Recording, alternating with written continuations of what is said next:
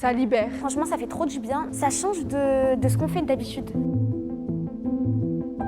Des fois, quand on passe des journées où ça te prend la tête, soit tu es fatigué, soit tu es énervé, souvent le sport, ça fait vraiment du bien. Saute, avec ou sans les bras. Parce que ça permet de mieux appréhender son corps, d'avoir une confiance en soi qui est accrue. Ça permet de travailler le travail en équipe. Mais en fait, on s'en fiche du regard des autres, on danse pour nous et c'est un moment de joie.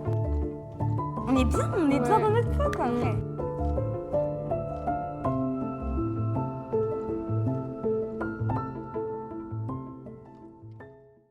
Chaque année en France, des milliers de jeunes quittent le système scolaire sans diplôme, sans repère, parfois sans projet.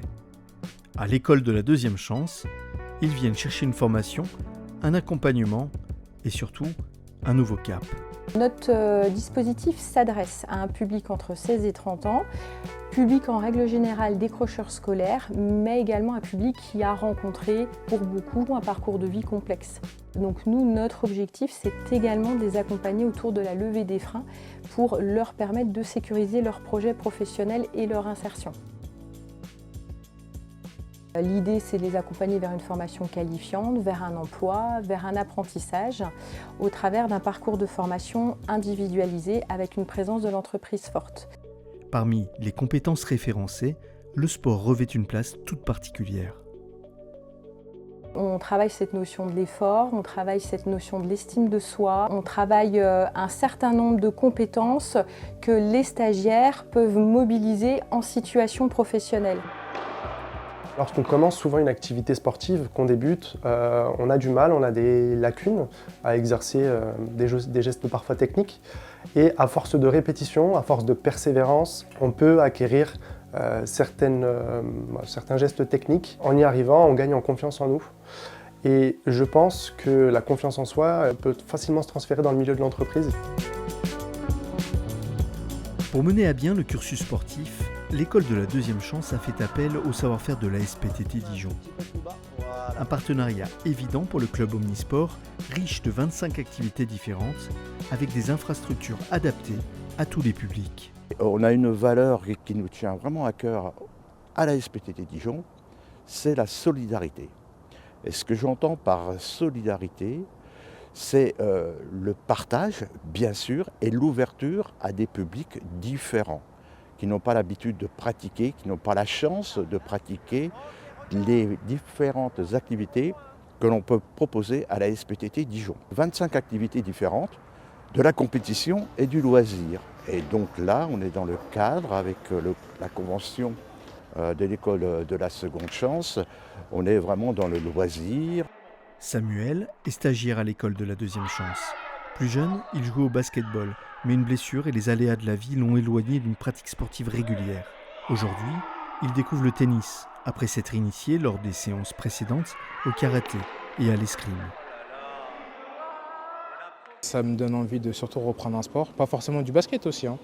Je vois que le basket c'est plus possible, mais je sais qu'il y a d'autres sports que je suis capable de faire, comme le tennis là. J'ai pu voir qu'en fait le tennis j'ai beaucoup aimé, comme le karaté aussi, ou comme aussi l'escrime. L'escrime que je m'y attendais vraiment pas du tout. Donc franchement, oui, il y a d'autres sports que je peux faire.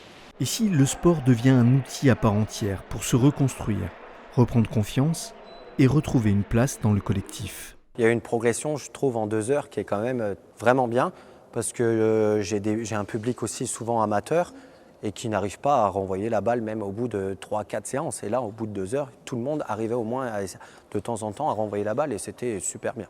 Le ressenti physiquement, c'était quoi? C'était fatigant, c'était dur? On réalise avec son corps une dimension à la limite artistique, c'est-à-dire de mouvement, d'équilibre. On fait fonctionner énormément d'éléments neuromusculaires, cérébraux, voilà.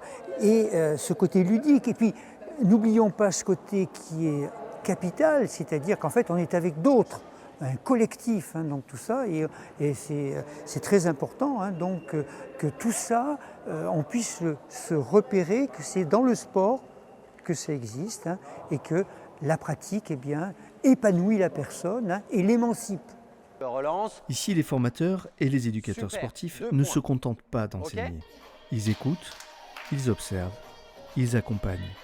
C'est un moment de partage, de connexion avec les autres. Alors on se reconnecte en même temps à son corps. Et c'est vrai que l'énergie de groupe, ça amène beaucoup. Et c'est ce qu'on veut pour que les gens se sentent bien. Il faut une énergie bienveillante. Elle lance une énergie qui nous incite à bouger, à nous y donner d'une autre. Même la musique, la vibe, même les personnes qui sont avec nous, qui se motivent, ça fait du bien. La Zumba, ça doit être quelque chose qui n'est pas dans la contrainte et on n'est pas dans la performance. Donc il n'y a pas de jugement. Comme je disais tout à l'heure, chacun vient avec ses bagages, ce qu'il sait faire, et puis on progresse tous ensemble dans une bonne énergie. Comme l'école de la deuxième chance, ça aide aussi à reprendre confiance en soi par rapport aux professionnels et socialement et personnellement. Mais aussi, ça lâche, ça libère. Enfin, des fois, on est stressé. Il y a beaucoup de personnes qui angoissent, qui font des crises d'angoisse, des choses comme ça. Et le fait de faire ce sport, mais en fait, on s'en fiche du regard des autres. On danse pour nous et c'est un moment de joie, en fait. À l'école de la deuxième chance, on vient chercher une formation, un métier. On peut y trouver quelque chose de tout aussi essentiel. Une confiance retrouvée, un esprit plus apaisé et la conviction que, cette fois, le match pour leur avenir ne fait que commencer.